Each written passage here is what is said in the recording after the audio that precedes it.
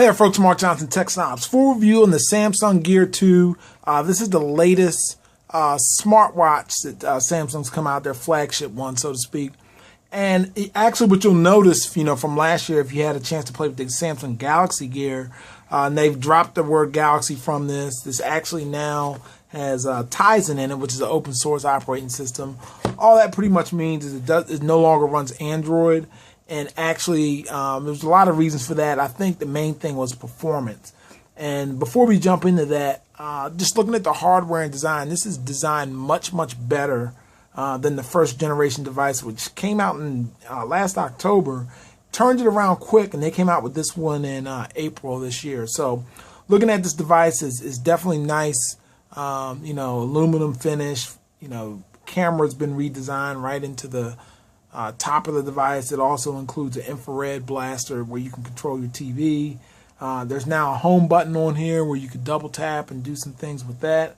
So definitely nice overall. Heart rate monitor on the back. Even the charging kit has gone from a big huge cradle to just something you snap on the back and it charges it up. So definitely nice overall hardware changes. Battery's better, from the last time we saw it. And overall, it is just much better on the hardware front. I mean, it still is kind of bulky. I mean, you put on your wrist, depending on who you ask, it could look a little crazy, but it doesn't look as, it looks pretty much like any other nice watch out there, I would say. It doesn't stand out too far. First, looking at the software, a lot of things have stayed the same. A lot of things have changed. We'll get with some of the new stuff. Main thing with this device you're going to have is the watch on remote. You can use that to control your TV, your set-top box. I even saw a setting in here to control your air conditioner. So, go figure. It's just all kinds of stuff that you can add. A lot of different manufacturers that are pre-built into the device, which is nice.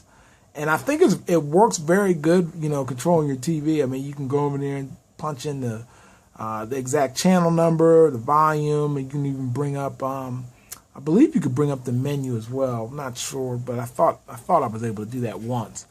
There's also a voice memo on this. You can record people talking on it, which is nice. It has a music player, 4 gigs of built-in storage, so you can actually listen to music through a Bluetooth headset that you can connect directly to this device without even having a phone, which is pretty nice. And then we're going to get into the health stuff. So it does support sleep, tracking sleep. Unfortunately, you do have to click on start to do that. There also is a heart rate monitor, which I had some issues with, when I try to track it on top of my wrist. But sometimes if you put it on reverse, it will work a little bit better. But that does work. They even kind of give you some instructions there where to put it on your wrist. So you could have mixed results depending on, how you do it and so forth. Some of the other things I like about it are the pedometer, of course, is pretty nice. I've heard mixed reports on that as well. To me, it seems to work pretty decent, but I haven't tested it against anything else yet. So stay tuned on that to see how the tests go. Exercise, it does running, walking, cycling, and hiking. It can do all that. And what I like about those is while you're doing those activities, it will also track your heart rate, which works out to be pretty well. So that's definitely nice. It's nice too. Overall, nice device. Like, it's definitely a niche product. You can still make phone calls. You can still listen to music. You can dial numbers. It's got all kind of crazy features. There's apps on here.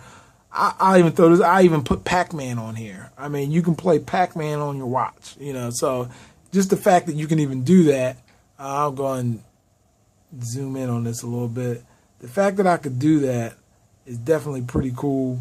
So it starts up.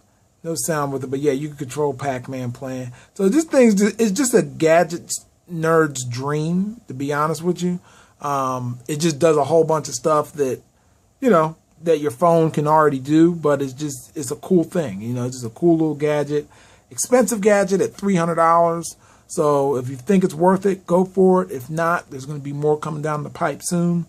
Thanks for watching, folks. Be sure to check out the site, tech-snobs.com, for more coverage. Take care.